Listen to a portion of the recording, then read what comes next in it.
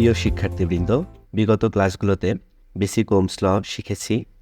এর সাথে বিভিন্ন ধরনের সূত্র, কিভাবে আমরা ওহমস ল থেকে পাওয়ার বের করতে পারি, রেজিস্ট্যান্সের ভ্যালু বের করতে পারি, কন্ডাক্ট্যান্স বের করতে পারি, এই সমস্ত জিনিসগুলো নিয়ে আলোচনা করেছি। এখন যে টপিকটা নিয়ে আলোচনা করব সেটা হচ্ছে বেসিক ওহমস ল এর কিছু একদম ইজি কিছু ম্যাথমেটিক্যাল সলিউশন। আসলে এটা একটু জানার জন্য জাস্ট আমি অ্যাড করেছি এখানে, যাতে আমরা একদম বেসিক থেকে যেহেতু সব কিছু শিখছি, এই জন্য বেসিকটা জানানোর জন্যই জাস্ট কয়েকটা সিম্পল ম্যাথমেটিক্যাল প্রবলেম আমি এখানে অ্যাড করেছি। তো দেখে নেওয়া যাক কীভাবে এগুলো আমরা সলভ করতে পারি ওহমস ল এর সূত্র দিয়ে। প্রথম এক্সাম্পলেই আমি যে ম্যাথটা অ্যাড করেছি, এখানে বলা আছে an electric iron draws 2 ampere at 120 volt. Find its resistance. মানে একটা ইলেকট্রিক আয়রন আছে, সে আয়রনের ভোল্টেজ 120 ভোল্ট এবং এর ভেতর দিয়ে 2 অ্যাম্পিয়ার কারেন্ট ফ্লো হচ্ছে। এটা রেজিস্ট্যান্স কত সেটা বের করতে হবে। তাহলে এখান থেকে আমরা লিখতে পারি ভোল্টেজটা 120 ভোল্ট, আর এখানে আমরা যে কারেন্ট দেওয়া আছে সে কারেন্টটা হচ্ছে 2 অ্যাম্পিয়ার। তাহলে এখান থেকে আমরা ওহমস ল থেকে জানি কি ভি ইকুয়ালস টু আইআর, তাহলে R is equals to V by I. তাহলে ভোল্টেজ 120 ভোল্ট আর কারেন্ট হচ্ছে 2 অ্যাম্পিয়ার। তো আমরা এখান থেকে যদি ক্যালকুলেশন করি তাহলে হবে 60, আর রেজিস্ট্যান্সের একক হচ্ছে ওহম। ইজিলি আমরা ওহমস ল থেকে বের করে ফেলতে পারবো। সেম ওয়েতে আমরা যদি এক্সাম্পল 2টা একটু খেয়াল করি, এখানে বলছে the essential component of a toaster is an electrical element, ব্র্যাকেটে লেখা আছে রেজিস্টার, মানে ইলেকট্রিক্যাল এলিমেন্টটাকে অ্যাকচুয়ালি রেজিস্টার বলা হচ্ছে, that converts electrical energy to heat energy. মানে এখানে ইলেকট্রিক্যাল এলিমেন্ট মানে এই টোস্টারের মধ্যে যে রেজিস্টারটা কানেক্টেড আছে সেটা ইলেকট্রিক্যাল এনার্জিকে হিট এনার্জিতে কনভার্ট করছে। How much currents drawn by a toaster with resistance 15 ohm at 110 volt? এখানে বলছে যদি এই রেজিস্ট্যান্সের ভ্যালুটা 15 ওহম হয় এবং এই টোস্টারটা 110 ভোল্টেজের সাথে কানেক্টেড থাকে, তাহলে এর ভিতর থেকে কী পরিমাণ কারেন্ট ফ্লো হবে। তো আমরা সেম ওয়েতে আমরা জানি যে ওহমস ল থেকে V is equals to IR, তাহলে current is equals to V by R. তাহলে এখানে ভোল্টেজ দেওয়া আছে 110 ভোল্ট আর আর এর ভ্যালু 15 ওহম। ক্যালকুলেশন করলে পাবো 7.333 অ্যাম্পিয়ার। একদম সিম্পলভাবে আমরা এইগুলো বের করতে পারছি। নেক্সট ম্যাথমেটিক্সে চলে যায়। এখানে একটা সার্কিট দেওয়া আছে, বলছি ইন দ্য সার্কিট শোন in figure 1 the current, calculate the current I, conductance G and the power P. এই তিনটা আইটেম এখান থেকে বের করতে হবে। তো এখানে আমরা কি দেখতে পাচ্ছি, আমরা যদি একটু সার্কিটটা নিয়ে অ্যানালাইসিস করি, আমরা দেখতে পাচ্ছি একটা 30 ভোল্টেজের ভোল্টেজ সোর্স আছে। ভোল্টেজ সোর্স কীভাবে বুঝতে পারছি, কারণ এই যেখানে প্লাস মাইনাস সাইন দেওয়া আছে, এটাকে আমরা ভোল্টেজ সোর্স বলছি। ভোল্টেজ সোর্সের ভ্যালুটা হচ্ছে 30 ভোল্ট এবং এর সাথে একটা রেজিস্টর কানেক্ট করা আছে, যার রেজিস্ট্যান্সের value 5 kilo ohm, means 5000 ohm. তো এর ভিতর দিয়ে কী পরিমাণ কারেন্ট ফ্লো হবে এটা আমাদের এখান থেকে বের করতে হবে। তাহলে আমরা এখান থেকে ইজিলি বের করতে পারবো। আমরা জানি ভি ইকুয়ালস টু আইআর,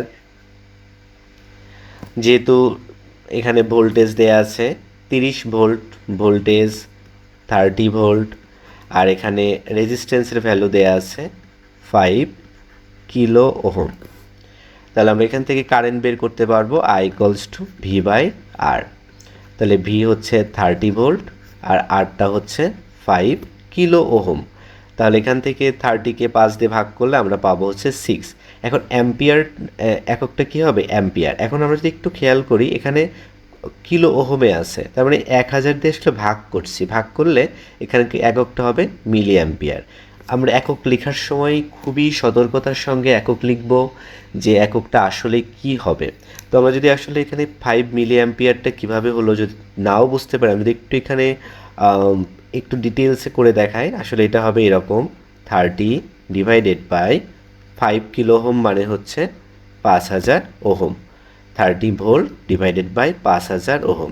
তো আমরা যদি এটাকে ক্যালকুলেশন করি তাহলে এটা হবে 6 × 10⁻³ অ্যাম্পিয়ার।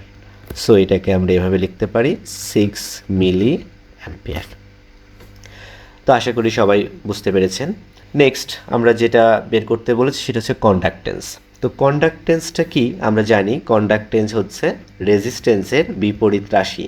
তার মানে জি ইজ ইকুয়ালস টু 1/r, তাহলে 1/5 কিলো ওহম আমরা এখান থেকে বের করতে পারি। 1/5 মানে 0.2 বা 1/5000 যদি আমরা ক্যালকুলেশনটা করি, তাহলে এখান থেকে আমরা কন্ডাক্টেন্সের এটা পেয়ে যাব, ভ্যালুটা পেয়ে যাব।